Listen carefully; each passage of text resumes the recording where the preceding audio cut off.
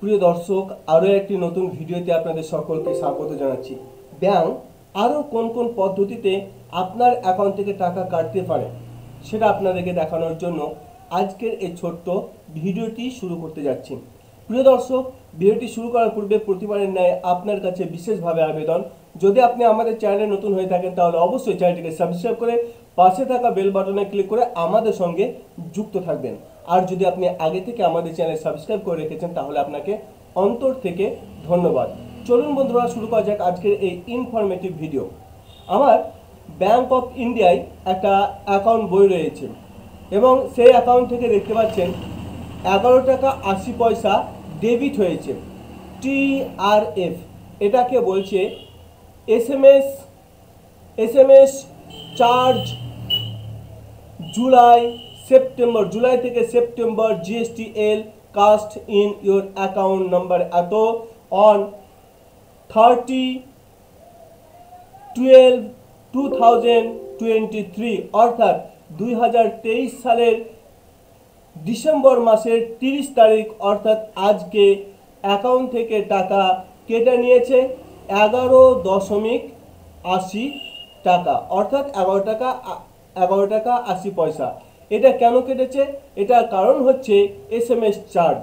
ঠিক আছে, তো SMS চার্জ জুলাই থেকে সেপ্টেম্বর মাসে ব্যাংক কর্তৃপক্ষ আমাকে যে মেসেজ পাঠিয়েছে তার জন্য এই চার্জটা কেটেছে। জুলাই আমি গুনছি আপনাদেরকে, তাহলে জুলাই, তারপরে আগস্ট, সেপ্টেম্বর, 3 মাসের জন্য টাকা কেটেছে 11 টাকা 80 পয়সা। তো এটা হচ্ছে SMS চার্জ। তো ব্যাংক বিভিন্ন ধরনের চার্জ আমাদের অ্যাকাউন্ট থেকে কেটে নেয়। ব্যাংক কিন্তু ফ্রি সার্ভিস আমাদেরকে দেয় না। ব্যাংক আমাদের কাছ থেকে ডিডাকশন করে আমাদের অ্যাকাউন্ট থেকে অনেক রকমভাবে। এটিএমের জন্য কাটে, ঠিক আছে, তারপরে ম্যাবের জন্য কাটে, অ্যাকাউন্টে যদি ব্যালেন্স মেনটেন যদি না করেন সেই জন্য অ্যাকাউন্ট থেকে টাকা কাটে। তারপর SMS ব্যাংক কর্তৃপক্ষ আপনাকে SMS পাঠাবে, তার জন্য কিন্তু চার্জ কাটে। অর্থাৎ ব্যাংকের সার্ভিস, ব্যাংক কর্তৃপক্ষ আমাদেরকে যে সার্ভিস দেয় বা ব্যাংক যে সার্ভিস দেয় সেই সার্ভিস কিন্তু কোনোটাই ফ্রি নয়, ফ্রি অফ কস্টে নয়, সমস্ত সার্ভিস হচ্ছে পেড।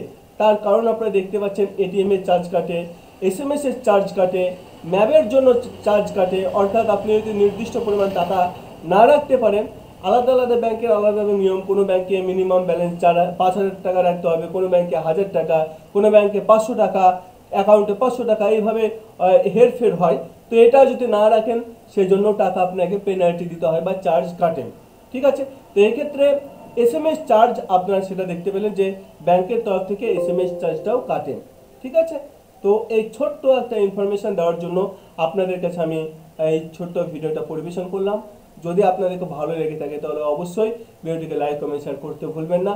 ভালো থাকবেন, সুস্থ থাকবেন, দেখা হচ্ছে পরবর্তী ভিডিওতে। জয় হিন্দ।